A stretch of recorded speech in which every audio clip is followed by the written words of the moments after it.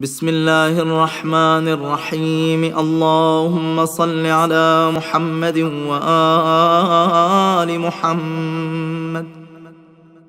اللهم إني أسألك فيه ما يرضيك، وأعوذ بك مما يؤذيك، وأسألك التوفيق فيه لأن أطيعك ولا أعصيك، يا جواد السائلين.